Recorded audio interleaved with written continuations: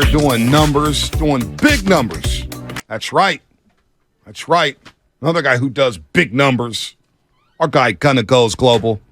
Remember we had him in studio with Stunner Man, the Gunna Goes Global. I seen him at Chase Center, sitting front row, performing at halftime. He's a man of the people, and it's good to have him back on the roast. Gunna Goes Global. Far too long, man. Long time no talk. Facts. How y'all been? Man, we've been blessed, man. We've been blessed. How have you been, more importantly? How have you been? I've been good, man. I've been fighting a good fight, you know what I mean? Doing my best to help those in need and those who may not be aware. Now, Chasky, I want you to break down why we have Gunna Goes Global on now today. I got a text message from you recently, and it hit home to me because, you know, we have a platform where we're waking up the city that we grew up in, the city that we love so much. And I got a lot of family members, myself included, that have battled addiction, depression, mental health. It's a deeper problem, especially for men, than we want to admit, because I think there's this false dichotomy that you're showing weakness when, in fact, no, like everyone goes through it. And then there's also, I've lost people in my life from suicide. And so to bring awareness to this, and anybody who's trying to do good or positive or to help others out there, I think that we need to give them a larger voice. So what are you working on right now, Gunna? Right now, we're working on destigmatizing mental health resources. So right now, amongst those, the biggest growth that we've seen is amongst men, amongst boys, males just in general, because men tend to hold it all in until it's too late. Right now, we want to normalize it the same way you go to a basketball game or football game, why not go to a therapist? The same way you go to a baseball game should be the same way you're able to seek help. Unfortunately, with the influx of social media utilization, a lot of boys and men also feel pressured by society to have a certain amount of money or a certain type of fashion or a certain amount of followers. And it may not sound like a big deal to us, but unfortunately, a lot of these boys and a lot of these men, successful, unsuccessful, financially, whatever you want to call it, are resorting to killing themselves. So we want to let people know that there's resources out there, and I'm not the end all. I'm more like a vessel, because where I come from is stigma, is taboo. But again, I do know that there's help out there, and I do want to see people live as long as they can, and not taking it upon themselves to make life any shorter than it already is. Man. Now, when did you think about this? Because you're a very intelligent young man. Once I ran across your Instagram page, you know, I was fascinated with the Gunna. I think the world of you. So when did you want to start this mission? Because you're a damn good rapper. You're a damn good lyricist, man. And you're from my neck of the woods here in Fillmore, California, of course. But when did you want to start this mission? When did you start to plot this plan together? Because I love what you're doing here. This is great stuff. It was 2020, unfortunately, when I seen after COVID and people were in quarantine, I started seeing people commit suicide on my timeline. I'm in my 30s, so for me to see people that I went to school with and say, you're no longer here because of the situation that you were in and you took it upon yourself and it was just too much on you, I literally would be in the house thinking, like, how did it get to that point? And then I was able to look at the mental health umbrella. And around then, I realized how everything was connected, whether it be alcoholism to suppress feelings that you have, depression, anxiety, and all of these things are intertwined. Of course, suicide is the extreme. But before that, you have people dealing with depression. You have people dealing with the fact that they don't know why every day doesn't feel good. And that's normal. So that's cool. And what made me get involved in it again is I grew up listening to Tupac. I grew up listening to DMX, and their music was therapeutic. The music that I make, you're going to have fun to it. But I also grew up listening to Motown. The music that we listen to tends to help us, especially in times of need. I'm not sure if you realize there's a soundtrack to every day that you've been here. You know what I'm saying? So with this, it's me saying, okay, let me balance it out, because they're doing their thing out there, but very seldom do I hear so many tears, a slipping by DMX. You know, just them songs that penetrate on a deeper level. You know, it's interesting that you say that because I think Bonte and I totally feel that. Like Bob Marley is someone, when I'm feeling low, I'll put in Bob Marley. And there's a variety of songs, right? Yeah. Redemption Song, Three Little Birdies. And it makes me feel better about me, about where I'm at, resetting. But I want to get into like the machismo, especially like when you think about music and rap in particular, there is this ultra masculine thing that goes on. And we've seen it happen with some of the artists who do collaborations with someone that they deem to be too weak, like Ja Rule, for example. He's never going to be viewed the same after what 50 Cent did to him, but he made great music prior to that point, right? Yeah. And yet we all look at him a certain way. There's this machismo wrapped around, rap, but I think a lot of people can relate to that, and I think social media, and I know we know this because we're kind of in the mix of social media because you use it to promote things that you got going on. It can be so detrimental, and I see it with young kids that I'm coaching now. I got to have this. I got to have that. I'm not here in the amount of followers. I only get this many likes. People aren't, commenting on what I'm doing. This is how my fashion is.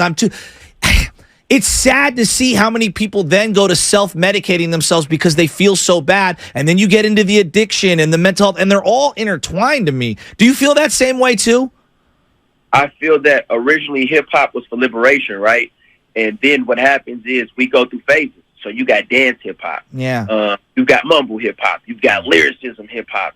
You've got fun hip-hop. You've got gangster hip-hop. And more recently, you have more of I feel like, unfortunately, people are sedating themselves more than ever. So when you ask, like, why are people resorting to opioids and stuff like that, the music tends to be a reflection of life.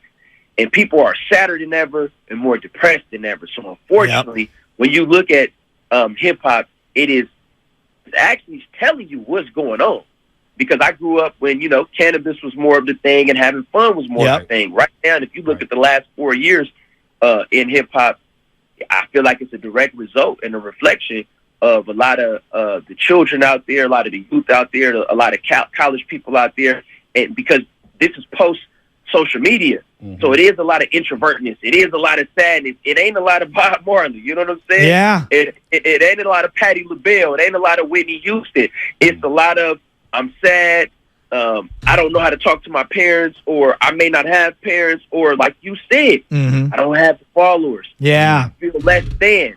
When you look at some of the biggest artists in all genres right now, the music is kind of sad, man. Yeah. For real. No, you're right. You're right about that. That's a good point. No, it is. No, you're so right about that. And listen, our mental health awareness show, I want to get this to you, Gunna Goes Global, because I want you to be a part of this. Yes, please. Our mental health awareness show will once again run on over 250 of our stations here at Odyssey coming up in September. So we got to find a way to get you a part of that. And I know you've texted both of us here, and you want to extend that reach to athletes, because it's not just rappers, but also athletes where they got to compare their cars. They got to compare their jewelry. They got to be the guy. And the like thing is so interesting. I love how Instagram has the function of hiding your likes, getting rid of your likes, because that is something that a lot of people get. Oh, man, I only got 50 likes, and this guy got this for posting that. That is a big truth, but I want you part of that show in September. Gunna Goes Global in September, our mental health awareness show. I appreciate that tenfold. Right now, we campaigning to make sure that the visibility is maximized. Yeah. No doubt. Now, one last thing on this. Like, I think that, as we look at like mental health and everything, it touches all ages, all genders, all demographics.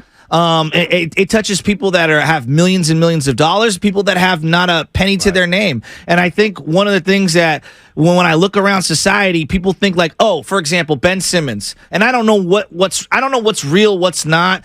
He has a lot of money, therefore he should be happy. Well, wait a minute, man. We don't know what's going on inside that guy's dome, like right now. So as someone that's been around people of different backgrounds economically and from different socioeconomic backgrounds, can you speak to that, like in terms of mental health affecting all? So the thing is, when you look at the middle class, the people who ideally we would assume have it, they're actually some of the biggest, their demographic is the biggest when it comes to overdosing and suicide. And from observation, I believe is because you get to a point to where you feel everybody assumes that I have everything. I don't have anybody to go to. Who can I turn to? Yeah. Do I have the right to complain, or do I have the right to ask for help? And honestly, when you get around entertainers, it's the same thing. These are providers. So if the provider isn't being provided for, what happens? And that's what's going on. It's hard to ask for help. It's hard to tell somebody, hey, I don't know what's going on in my mind, because people think that, again, when you go on social media and these other platforms, everybody's got it all figured out. Yep. Everybody's doing good. No, social media is showing you the best of. It's not showing you the bloopers. Right. And so life is not the best of. Life is everything involved. I mean, everything in between. No, it's kind of like a highlight tape, right? We just see all the highlights, and you don't see the missed shots. You don't see the traveling or whatnot. And speaking of traveling, I know you've been all over the world. How's that help you open up your mind even more? Because I encourage young people, especially if you're boxed into a neighborhood. Like I grew up right around the corner from Page Street Projects, and all I knew was that 4-block radius for so long. And then finally you start to travel like, oh, wait, there's an entire world out there. What has that done for you mentally and for your life, and just where you can spread it to your kids and to people from your neighborhood? Because you've been all over the world now, Gunna. Yeah, definitely. Early on, I went to Honduras. My paternal side is from Honduras, so I was able to see that. I was able to experience life outside of San Francisco, life outside of the United States. And what that did is it put gratitude inside of me. It put hunger in me, too. So throughout my entire journey, I keep in mind that it's people doing better, but it's a lot of people doing worse. And when you see people in the United States, the resources that we have, especially when we're made conscious to them, it's a lot that we can do. Unfortunately, a lot of the neighborhoods that we come from, though, we constantly in a state of survival. So it's hard to tell a person to dream when it's like, where I'm going to get my next meal. You know what I'm saying? Yeah. It's hard. So I do my best through the music also, again, to bring that versatility, to show them, yeah, this is what it looked like on the block, but this also what it looked like on top. And when you do that, you balance it out. You want to show that you want to show that you're able to overcome adversity. And that's the biggest thing, is giving people hope.